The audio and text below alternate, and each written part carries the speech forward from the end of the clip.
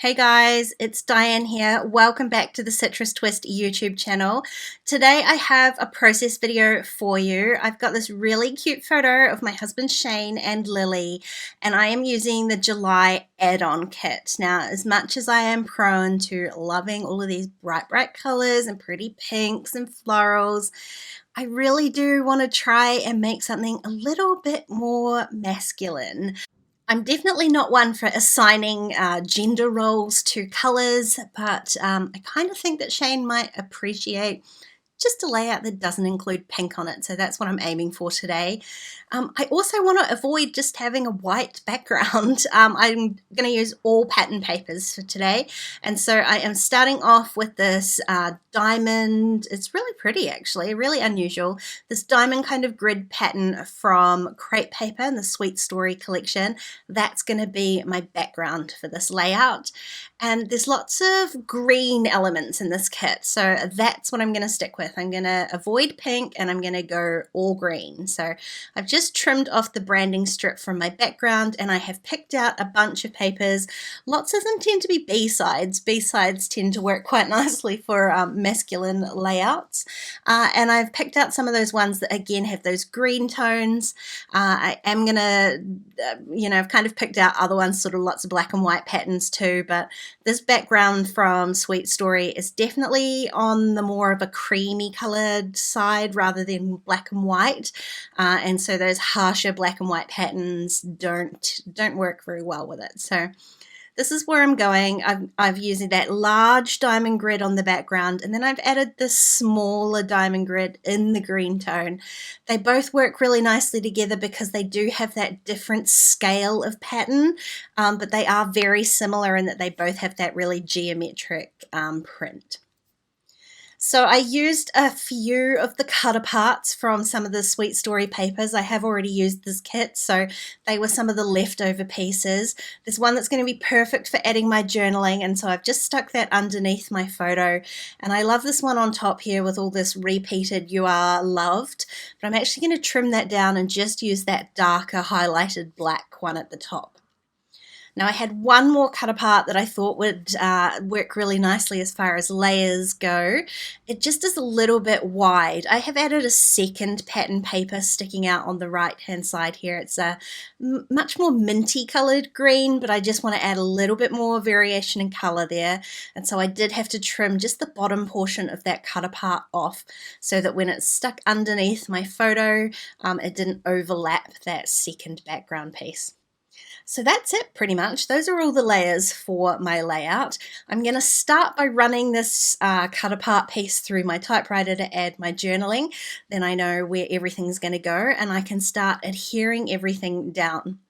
Now I'm just going to work my way down in the layers, so I've got everything already laid out how I want it, and because I haven't glued anything down, I'm going to be really careful and just kind of glue back down through the layers. So I am using some double-sided adhesive tape, and I'm just going to work one layer at a time.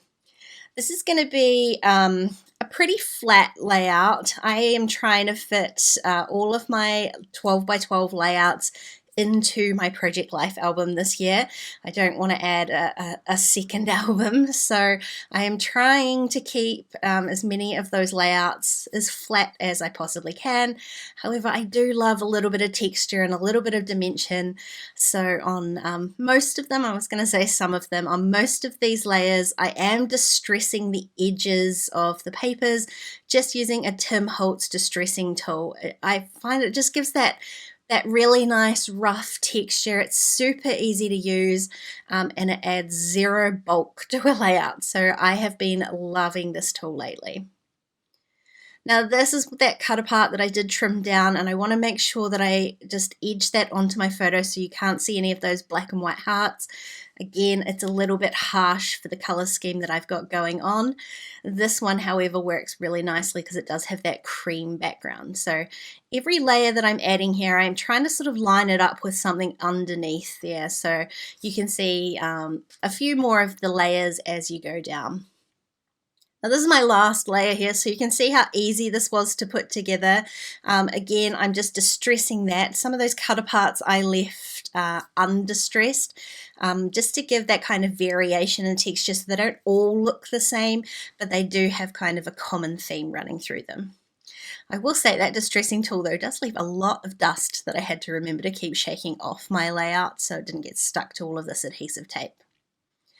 Now before I add this larger cluster onto that third background piece there, I decided to add just a little bit of craft foam. I love craft foam because it's not as thick as some of those foam squares tend to be. So although I'm talking about keeping things as flat as possible, I do want a tiny bit of dimension, and the craft foam just works really nicely because it is, like I say, it's a little bit thicker, but not super thick. So the other thing you could use if you don't have any craft foam, and this one does have adhesive on one side of it, you definitely don't have to do that either, is you could just add old packaging, chipboard, even cereal packets in behind there just to bulk things up a little bit, but not too much. So that gives me enough sort of dimension on there. You can see I've covered most of it, but there are little gaps on there, and that's just going to sit up from that minty green background paper.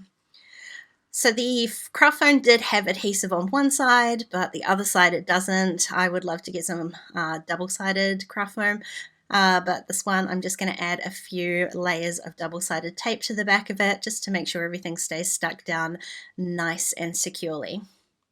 I will have to be a little bit careful because of where I've added the tape to. It is actually going to overhang this background piece just a little bit, and I haven't actually stuck my two background pieces together yet. So I'm just being careful that when I adhere this, I'm getting everything nice and straight but not pressing it onto my background.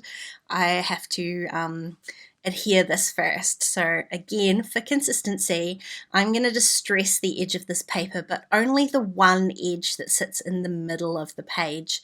Then I can add a little bit of adhesive around the other three sides, and I'm going to adhere that to the background paper and then just run it through my sewing machine a few times, just in the center. I'm not going around the whole edge of it, just down the center, again, to add a little bit of texture without adding too much dimension.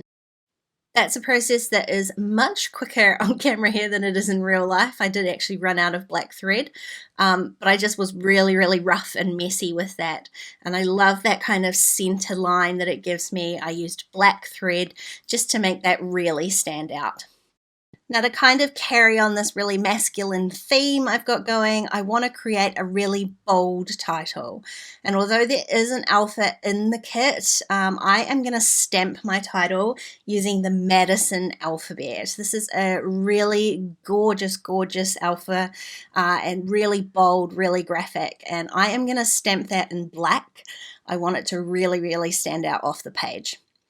I did want to make sure, however, that that was going to fit before I started stamping, and it is going to be a little bit of a squeeze for the title that I want to use. So I am going to do a little bit more planning than I usually do. I have pulled all of those alpha stamps out, kind of lined them up to make sure it was going to fit before I started stamping. And then I'm going to go ahead and start stamping using some VersaFine Onyx Black ink. Gives me a lovely dark black title, and I'm going to work from the right hand side back into the middle just because I want to make sure I don't run out of room.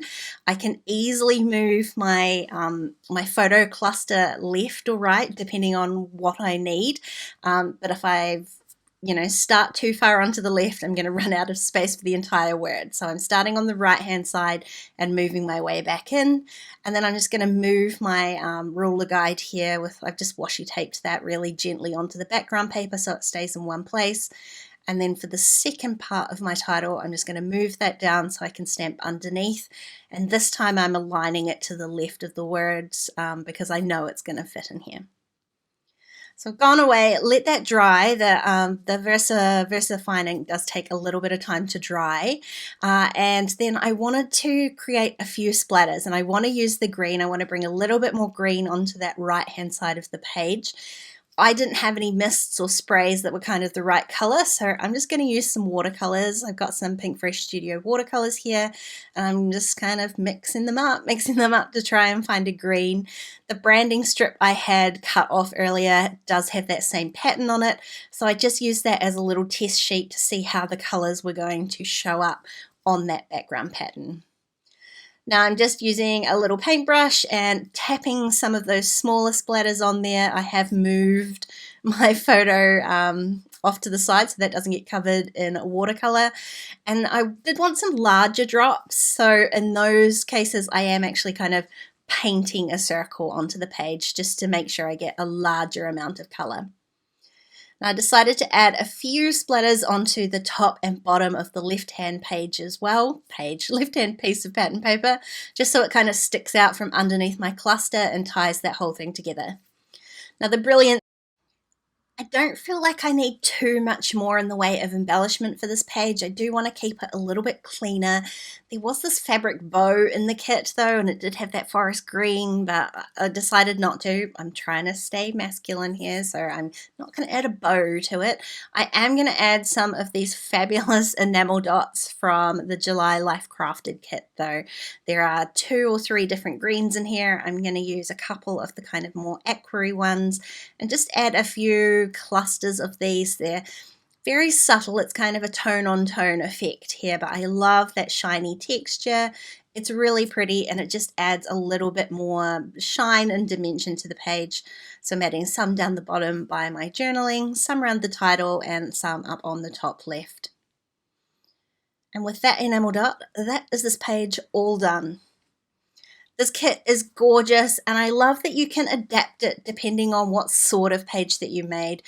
I love all the pinks. I will definitely be using them, but I'm sure Shane will appreciate this much more subtle masculine page. Thanks for stopping by today. I hope you've enjoyed this video and we'll see you again really soon.